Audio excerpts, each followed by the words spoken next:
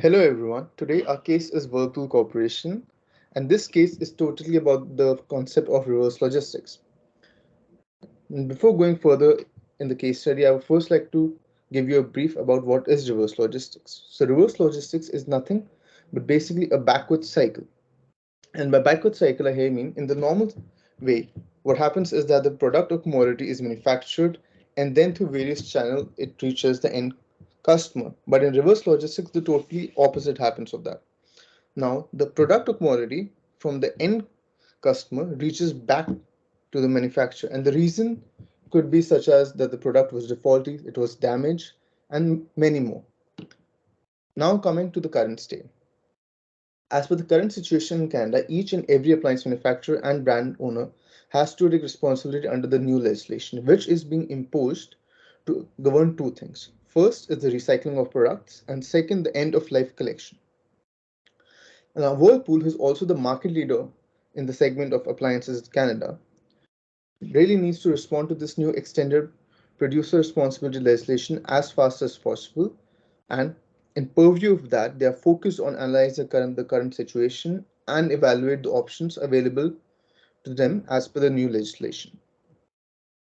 Now, currently Whirlpool has three options or solutions which are available to them.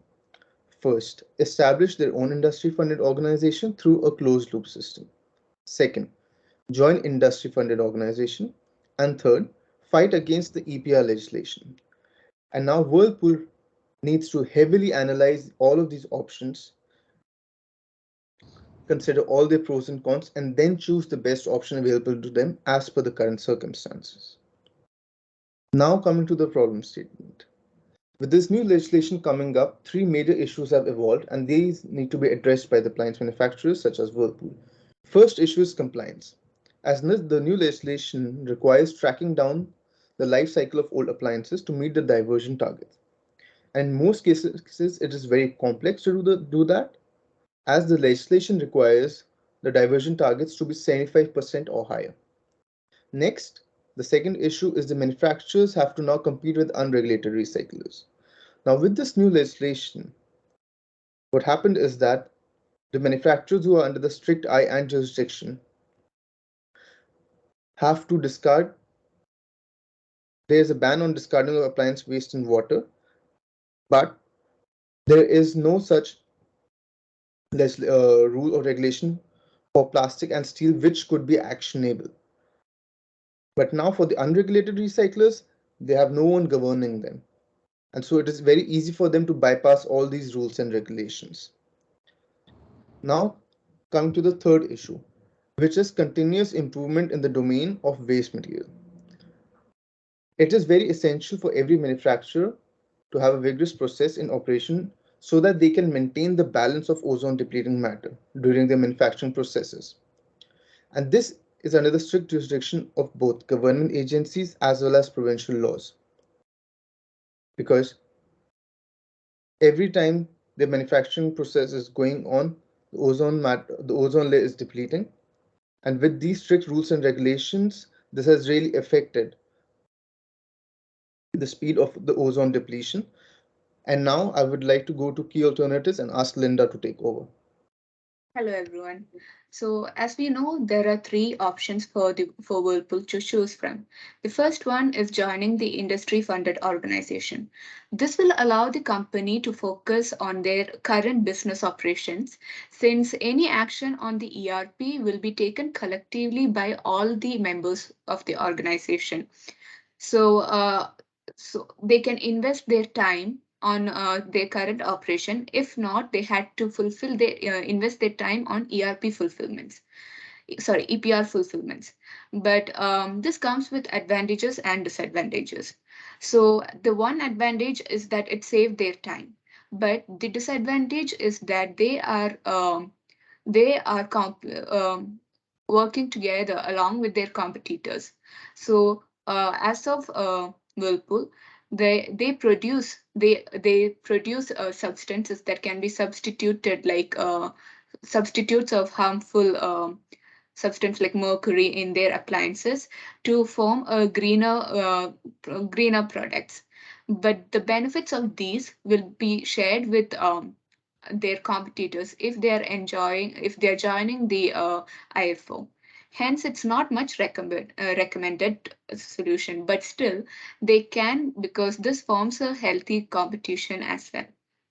And now the second alternative is to form a closed loop, internal closed loop that will allow the company to fulfill the responsibilities of reverse logistics that's being introduced in the new legislation.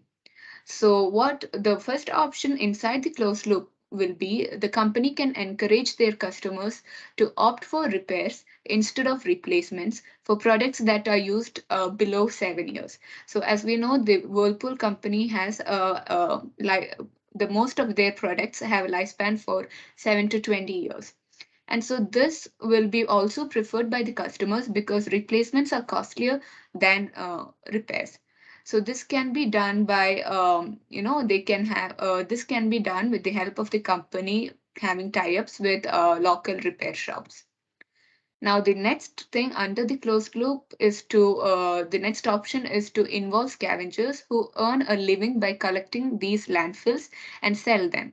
The company can either ask the customers to contact the company to inform them, ask their customers to contact the company to inform them about the product's lifespan, that the product's lifespan has expired and it needs to be collected. This process will allow the company to maintain data on the appliances that is not available currently. So this will also the information can be passed to the scavengers who can directly go and collect the product in better conditions without searching them in a pile of landfills. And the third option in the closed loop can be the company directly collect the products from it on its own, and using the goods or the maintained parts as spare parts for their new products, or just spare parts for when it's needed in the company for the company's internal purposes. So apart from this, there's the possibility is that just say no to the new legislation, because as we know, the landfills does not I mean the appliances of such appliances does not contribute much to the landfills, because these are often collected and sold for it has got good market value.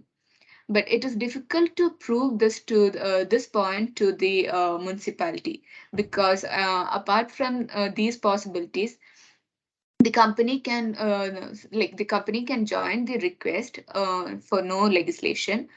But if their yeah, so it is bit hard for the company to maintain data that their products are being disposed successfully.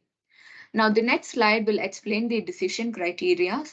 So the first one under the decision criteria is the value of company.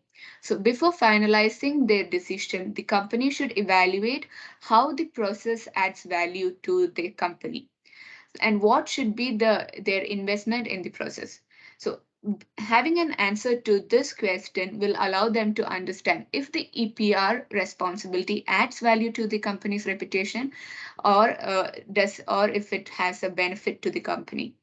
The next is the time and cost. So the time taken to maintain data for an average of 20 years to carry out the reverse logistic responsibility could be time consuming, because just imagine 20 years having the same data. But it is not, we can't say it's not possible, because there are companies like most of the mobile servers who maintain customer data for about 20 years. So this is a possibility. However, this could additionally be an additional task for the company, involving time, cost, and other administrative cost. So hence, the company should ensure that the time and cost invested in the process comes with a benefit to the company. Now, the next is labor. Since the responsibility of reverse logistics is a huge process, the company will have to hire more employees to coordinate and complete the task, because adding these as a responsibility to the current employees will be a burden for them. And therefore, the company should choose alternatives that require minimum additional employees. And the last is municipality corporation, because it is important to maintain good relationship within the municipality, and going against them on the legislation would, without a proper supporting evidence that their products are not landfillers, will be is not recommended, because municipality has the higher authority while operating in a society. So the final decision should be one that is capable of convincing the municipality that the prescribed criteria for waste management is satisfied. Now the next slide will explain the possible solutions, and I would like to ask Jay to continue. So there are three possible solutions. The first one is joining the IFO. Well, a few benefits of it would be there's no additional stress of dealing with any new regulations. Um, they just need to pay a fee and IFO will handle the rest. Whirlpool can continue to run their operations normally as they are, and all the expenses that they invest in the IFO, it can all be leveraged and balanced out through all the stewards in the organization. However, it is the more expensive option compared to the other two options, and they might need to arrange additional funds to make improvements in the future. Moving on to a closed loop system, um, the benefits of this are Whirlpool will have full control over all their costs and customers. It's good for the environment because there'll be more recycling done even after the product life cycle. Manufacturers will make a prompt effort to make sure the products are more sustainable, less toxic, and easy to recycle, and they'll also last longer. However, the limitations of this are it could disrupt their logistics network if they shift focus. There could be capacity problems at their regional and their factory distribution centers. It could be very expensive and could hurt the finance of the business. And it could also mean increased product costs for consumers because manufacturers will include the cost of recycling in their price tag. Moving on to the last one, which is the fight the legislation. Why to fight the legislation? Because 95 to 99% of all the household appliances are being recycled anyways, and they're being processed and sold for scrap. It is also hard to know when and where the appliances were bought because of a different serial number technology. The ERP will also possibly disrupt the model because of, predetermined and authorized collection, and recycling appliances at the end of their life cycle, is doesn't make much sense because the scrap prices are anyways pretty high. So, based on these three solutions, we would recommend going with the closed loop system. And to tell you more about it, Prayag will continue with the recommendation. Okay, so based on the possible solution above, we feel that the Whirlpool Corporation should set up in-house program to collect the used appliances at the end of their life cycle, in comparison with the IFO in order to handle the EPR issue, as the setting up own in-house program will provide more benefits to the company than follow IFO to handle issues. Thus, we would recommend Whirlpool to implement a closed loop system. The reason behind this are it would give them full control of recycling cost and customers. It would also provide them with more opportunities for cost reduction and customer interaction. It can be created around Whirlpool standard procedures and implement a third party company to handle the collection of products. There must be some possibility of logistics expansion as well, and there will be a new serial number and tracking method. They could give the customer incentive and reward to recycle the appliances back to Whirlpool. It will also bring back the salvage income into the company. Now, I would like the teammate Prague to focus on the implementation plan. Hello everyone. So the company have to analyze logistics to create a separate category in demand tracking system to generate a new requirement for a full suite appliance. The company also can use a sales history as well as competitive flowing data that trade customers to strategically deploy and stock preferred appliance by region. Uh, they can use a suit scale history versus industry appliance scales to apply stocking logic for product distribution to minimize the lead time amongst the appliances. They also can use uh, the company could match delivery day to the item requiring the longest to deliver to create one delivery day for all. The transportation entity has to be informed about the changes and the delivery routes would have to be adjusted as per the location as well as area. The sales representative will have to inform to provide the information is the appliances has to be sold to multiple buyers or to one single buyer. The next part would be explained by Arjun. Yeah. To conclude the report, we have done an in depth research and analysis of the current situation, keeping the problem statement in mind. To provide the reliable and best suitable option, we have analyzed the few key alternatives and decision criteria, such as cost, labor, time, and value to the company. After the research and analysis, we have reached to three best suitable solutions, which can be implemented by the company. That is joining an IFO, closed loop system, and fight for the registration. However, the final recommendation was to implement the closed loop system, which is considered to be a sustainable approach to managing the life cycle of the product and also manage the materials that are not consumed safely. Thank you so much.